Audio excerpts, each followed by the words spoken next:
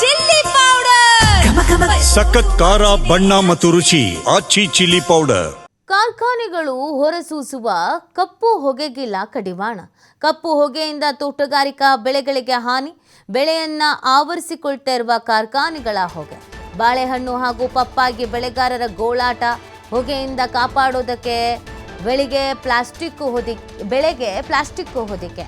ಬೆಳೆ ರಕ್ಷಣೆಗೆ ಪ್ಲಾಸ್ಟಿಕ್ ಹೊದಿಕೆಯನ್ನು ಹಾಕ್ತಾ ಇದ್ದಾರೆ ರೈತರು. ಇನ್ನೊಂದು ಕಡೆ ಕಪ್ಪು ಹೊಗೆಯಿಂದಾಗಿ ಕೆಲಸಕ್ಕೆ ಬಾರದ ಕಾರ್ಮಿಕರು. ಕೊಪ್ಪಳದ ಹ್ಯಾಟಿ, ಮುಂಡರಗಿ, ಮೆಳ್ಳಿಕೇರಿ, ಮುದ್ದಾಬಳ್ಳಿ, ಕುಣಿಕೇರಿ, ಹಾಲಬರ್ತಿ, ಬಿ ಹೊಸಳ್ಳಿ ಗ್ರಾಮದಲ್ಲಿ ರೈತರು ಪರದಾಡುವಂಥ ಪರಿಸ್ಥಿತಿ ನಿರ್ಮಾಣ ಆಗ್ಬಿಟ್ಟಿದೆ.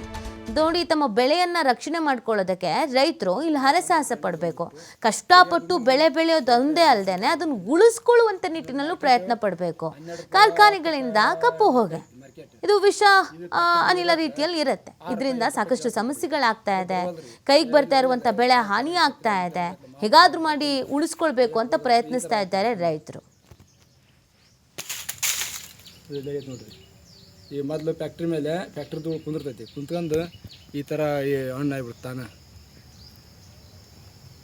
ಫ್ಯಾಕ್ಟ್ರಿ ತುಳಿದ್ದ ಈ ಥರ ಕಾಯಿ ಮೇಕ ಕುಂತ್ಕೊಂಡಿಂದ ಈ ಥರ ಹಣ್ಣು ಆಗುತ್ತೆ ರೀ. ಈ ಥರ ಹಣ್ಣಾಗಿ ಅದು ಕೆಟ್ಟಾಗಿಬಿಡ್ತೈತೆ ಹಣ್ಣು. ಇಲ್ಲಿ ನೋಡ್ರಿ ಫಸ್ಟ್ ಇಲ್ಲಿ ನಮ್ಮ ಕಡೆ ಭಾಗದಾಗೆಲ್ಲ ಫ್ಯಾಕ್ಟ್ರಿ ಧೂಳು ಸಿಕ್ಕಾಪಟ್ಟೆ ಇದೆ ಸರ್. ಕೈಗಳು ನೋಡ್ತಾ ಇದೆ ಯಾವ ಥರ ಇದೆ. ಇಲ್ಲಿ ಕೂಲಿ ಇಲ್ಲ ಗಿಡದ ಮೇಲೆ ನೋಡಿ ಯಾವ ಥರ ಬಿದ್ದಿರಲ್ಲ. ಈ ಥರ ಸಿಕ್ಕಾಪಟ್ಟೆ ಧೂಳಿದೆ. ಇಲ್ಲಿ ನಾವು ಜೀವನ ಮಾಡೋಕ್ಕೆ ಭಾಳ ತೊಂದರೆ ಆಗ್ತಾಯಿದೆ. ಇಲ್ಲಿ ಸರಿಯಾಗಿ ಲೇಬರ್ ಬರ್ತಾಯಿಲ್ಲ ಕೆಲಸ ಮಾಡೋಕ್ಕೆ. ಅವರು ನಾವು ಕೊಡೋದು ದಿನನಿತ್ಯ 300 ರೂಪಾಯಿ ಪೇಮೆಂಟ್ ಇರೋದ್ರಿಂದ ನಾವು 500 ರೂಪಾಯಿ ಕೊಟ್ಟು ತೋರಿಸ್ಕೊಬೇಕಾಗತ್ತಾ, ನಾವು ಬರಲ್ಲಪ್ಪ ಅಂತ ಹೇಳ್ತಾ ಇದ್ದಾರೆ. ಈ ಥರ ಭಾಳ ಸಮಸ್ಯೆ ಆಗುತ್ತೆ. ಇದೇ ಫ್ಯಾಕ್ಟ್ರಿ ಸಂಬಂಧ ನಮ್ಮ ಕೊಪ್ಪಳ ಗವಿಸಿದ್ದೇಶ್ವರ ಅಜ್ಜವರು ಹೋರಾಟ ಮಾಡಿದರು. ಆದ್ರೆ ಅವರು ಹೋರಾಟ ಮಾಡೋದಕ್ಕೆ ಯಾರೂ ಸ್ಪಂದಿಸಲಿಲ್ಲ.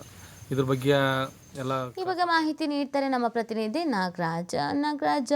ಈಗ ಸಮಸ್ಯೆ ಆಗ್ತಿರೋದಂತೂ ಹೌದು. ರೈತರು ಮಾತ್ರ ಎಷ್ಟು ದಿನ ಅಂತ ಸಮಸ್ಯೆ ಎದುರಿಸ್ತಾರೆ? ಸಂಬಂಧಪಟ್ಟಂತ ಅಧಿಕಾರಿಗಳು ಇವ್ರು ಯಾರ ಗಮನಕ್ಕೂ ಬಂದಿಲ್ವಾ? ಏನು ಹೇಳ್ತಾರೆ ಅಂತಂದ್ರೆ, ಕೊಪ್ಪಳ ತಾಲೂಕಿನ ದತ್ತ ಬಹಳಷ್ಟು ಸ್ಪಾಂಜ್ ಐರನ್ ಕಾರ್ಖಾನೆಗಳಿರುತ್ತೆ. ಈ ಸ್ಪಾಂಜ್ ಐರನ್ ಕಾರ್ಖಾನೆಗಳಿಂದ ದಟ್ಟವಾದ ಹೊಗೆ ಮತ್ತು ಕೆಲವೊಂದಿಷ್ಟು ಕಲುಷಿತ ಎಂದರೆ ಆ ಹೊಗೆ ರೈತರ ಬದುಕನ್ನ ಕಟ್ಟಿಕೊಂಡಿರುತ್ತದೆ. ಈ ಕೊಪ್ಪಳ ತಾಲೂಕಿನ ಯಾಟಿ ಮತ್ತು ಮುಂಡ್ರಗಿ ಈ ಭಾಗದ ರೈತರಲ್ಲಿ ಬಹಳಷ್ಟು ರೈತರು ತೋಟಗಾರಿಕೆ ಬೆಳೆಯನ್ನ ಬೆಳೆದಿರ್ತಾರೆ. ಅಂದ್ರೆ ಬಾಳೆ ಬೆಳೆ ಇರ್ಬೋದು ಮತ್ತು ಪಪ್ಪಾಯಿ ಬೆಳೆಯನ್ನ ಬೆಳೆದಿರ್ತಾರೆ. ಆದ್ರೆ ಈಗ ಏನಂತಂದ್ರೆ, ಏನು ಅತಿಯಾದಂತ ಮಾಲಿನ್ಯ ಬಿಡ್ತದೆ, ಅಂದ್ರೆ ಕಪ್ಪು ಹೊಗೆಯನ್ನ ಸಹ ಕಾರ್ಖಾನೆಯವರು ಬಿಡ್ತದ್ರೆ, ಇದು ನೇರವಾಗಿ ಆ ಬೆಳೆದಂತ ಬೆಳೆಗಳ ಮೇಲೆ ಮತ್ತು ಆ ಏನು ಫಸಲು ಇದೆ ಫಸಲು ಮೇಲೆ ಹೋಗಿ ಆ ಹೊಗೆ ಬೀಳ್ತಿರ್ತದೆ. ಇದರಿಂದಾಗಿ ಇವತ್ತು ಸಂಪೂರ್ಣವಾಗಿ ಕಪ್ಪು ಹೊಗೆ ಬೀಳ್ತಾ ಇದೆ. ಇದು ಫಸಲನ್ನ ಕಟಾವು ಮಾಡಿಕೊಂಡು ತೆಗೆದುಕೊಂಡು ಮಾರುಕಟ್ಟೆ ಹೋದಾಗ ಖಂಡಿತವರು ಕೂಡ ಅಂದ್ರೆ ಅಲ್ಲಿನ ಕಡಿಮೆ ದರಕ್ಕೆ ಸಹ ಮಾರುಕಟ್ಟೆಯಲ್ಲಿ ಏನಂದ್ರೆ ಹಣ್ಣುಗಳನ್ನ ಕೇಳ್ತಾ ಇರ್ತಿದ್ರು. ಇದರಿಂದ ರೈತರು ಕಂಗಾಲಾಗಿರ್ತಿದ್ರು. ಅದ್ರ ಜೊತೆಗೆ ಅಂದ್ರೆ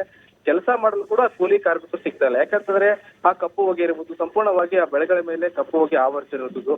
ಒಂದ್ ವೇಳೆ ನಾವು ಕೆಲಸಕ್ಕೆ ಹೋಗೋ ಸಂದರ್ಭದಲ್ಲಿ ನಾವೆಲ್ಲ ನಮಗೆ ಮೈ ಮೇಲೆ ಹಟ್ಕೊಂಡು ನಮಗೆ ರೋಗಗಳು ಬಂದ್ರೆ ಖಂಡಿತ ಕೂಡ ನಮ್ಮ ಆರೋಗ್ಯದ ಮೇಲೆ ದುಷ್ಪರಿಣಾಮ ಪರಿಸ್ಥಿತಿ ಕೂಡ ಕೂಲಿ ಕಾರ್ಮಿಕರು ಕೂಡ ಕೆಲಸಕ್ಕೆ ಹೋಗೋದಂತ ಪರಿಸ್ಥಿತಿ ಈಗ ಸಹ ಆ ಭಾಗದಲ್ಲಿ ಉಂಟಾಗುತ್ತಿದ್ದು. ಈ ಬಗ್ಗೆ ಸ್ವತಃ ರೈತರು ಸೇರ್ಕೊಂಡು ಪರಿಸರ ಮಾಲಿನ್ಯ ನಿಯಂತ್ರಣ ಅಧಿಕಾರಿಗಳ ಗಮನಕ್ಕೆ ಮತ್ತು ತಹಸೀಲ್ದಾರ್ ಗಮನಕ್ಕೆ ಮತ್ತು ಕೆಲವೊಂದಿಷ್ಟು ತೋಟಗಾರಿಕೆ ಇಲಾಖೆಯ ಅಧಿಕಾರಿಗಳ ಗಮನಕ್ಕೆ ತಂದ್ರು ಸಹ ಆ ಪರಿಸರ ಮಾಲಿನ್ಯ ನಿಯಂತ್ರಣ ಅಧಿಕಾರಿಗಳು ಆ ಕಪ್ಪು ಹೊಗೆಯನ್ನ ಏನು ಈ ರೀತಿ ಕಾರ್ಖಾನೆ ಬಿಡ್ತಾ ಇದ್ದಾರೆ, ಅದು ತಡೆಯುವ ನಿಟ್ಟಿನಲ್ಲಿ ಕೆಲಸಗಳು ಮಾಡ್ತಾ ಇಲ್ಲ. ಕೇವಲ ಇಲ್ಲ ಅವ್ರಿಗೆ ನೋಟಿಸ್ ಕೊಟ್ಟಿದ್ದೀವಿ, ಈ ರೀತಿ ಮಾಡ್ಬೇಡಿ ಅಂತ ಹೇಳಿ ನಾವು ಸೂಚನೆ ಕೊಟ್ಟಿವಿ ಅಂತ ಹೇಳಿ ಎಚ್ಚರಿಕೆ ಕೊಟ್ಟಿದ್ವಿ ಅಂತ ಹೇಳಿ ಅಧಿಕಾರಿಗಳು ಹೇಳ್ತಾ ಇದ್ದಾರೆ. ಆದ್ರೆ ಅಧಿಕಾರಿಗಳು ಹೇಳಿದ್ರು ಸಹ ಈ ರೀತಿ ಕಪ್ಪು ಹೋಗಿ ಬಿಡುವಂತ ಕೆಲಸ ಕಾರ್ಖಾನೆ ಸ್ಪಾಂಜ್ ಐರನ್ ಕಾರ್ಖಾನೆ ಮಾಡ್ತಾ ಇರೋದು.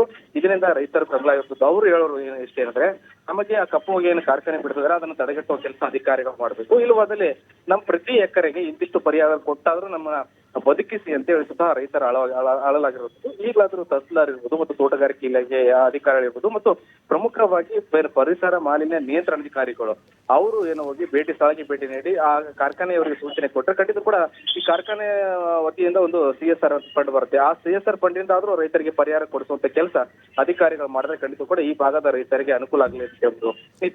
ನಾಗರಾಜ್, ಈಗ ಅಧಿಕಾರಿಗಳು ಯಾರು ಸ್ಥಳಕ್ಕೆ ಬಂದಿರೋದು, ವೀಕ್ಷಣೆ ಮಾಡಿರೋದು, ಈ ಥರದ್ದೇನಾದ್ರೂ ಆಗಿದೆಯಾ? ಅಥವಾ ಮನವಿ ಪತ್ರವನ್ನು ಓದ್ಕೊಂಡು ಮನವಿಯನ್ನು ಕೇಳಿಸ್ಕೊಂಡು ಪರಿಹಾರ ಒದಗಿಸ್ತೀವಿ ಈ ಪ್ರಯತ್ನದಲ್ಲಿದ್ದಾರಾ?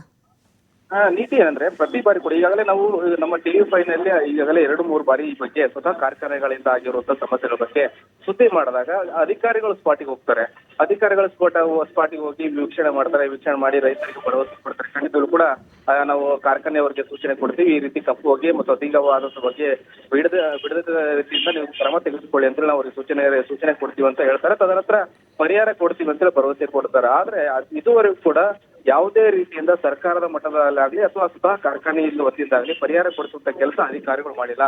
ಕೇವಲ ಸುದ್ದಿ ಬಂದಾಗ ಮಾತ್ರ ಹೋಗಿ ಭರವಸೆ ಕೊಟ್ಟು ಬರುವಂತ ಕೆಲಸ ಅಧಿಕಾರಿಗಳು ಮಾಡ್ತಾ ಇದ್ದಾರೆ. ಅದಕ್ಕೆ ಈಗಾದ್ರೂ ಹೇಳಿದ್ರೆ ಈ ಸುದ್ದಿ ಬರ್ತಾ ಇದೆ, ಏನಾದ್ರೂ ಗಮನಿಸಿ ಜಿಲ್ಲಾಧಿಕಾರಿಗಳು ಕಟ್ಟುನಿಟ್ಟಾಗಿ ಕ್ರಮ ತೆಗೆದುಕೊಳ್ಬೇಕು ಮತ್ತು ತೆಗೆದುಕೊಂಡು ಯಾವ ರೀತಿ ಪರಿಹಾರ ಕೊಡಬೇಕು ರೈತರಿಗೆ ಅನ್ನೋ ನಿಟ್ಟಲ್ಲಿ ಒಂದು ಸಭೆ ಮಾಡಿ ಈ ಕಾರ್ಖಾನೆ ಮಾಲೀಕರಿರ್ಬೋದು ಅಥವಾ ಪರಿಸರ ಮಾಲಿನ್ಯ ನಿಯಂತ್ರಣ ಅಧಿಕಾರಿಗಳಿರ್ಬೋದು, ತೋಟಗಾರಿಕೆ ಇಲಾಖೆ ಅಧಿಕಾರಿಗಳಿರ್ಬೋದು ಮತ್ತು ಸಂಬಂಧಪಟ್ಟಂತ ಕಂದಾಯ ಅಧಿಕಾರಿಗಳನ್ನ ತಹಸೀಲ್ದಾರ್ನ ಕರೆಸ್ಕೊಂಡು ಸಭೆ ಮಾಡಿ ರೈತರಿಗೆ ಪರಿಹಾರ ಕೊಡಿಸುವಂತ ಕೆಲಸ ಆಗ್ಬೇಕು. ಕೇವಲ ಸುದ್ದಿ ಬಂದಾಗ ಹೋಗಿ ಭರವಸೆ ಕೊಟ್ಟು ಬರುವುದಂತ ಮಾತಲ್ಲ.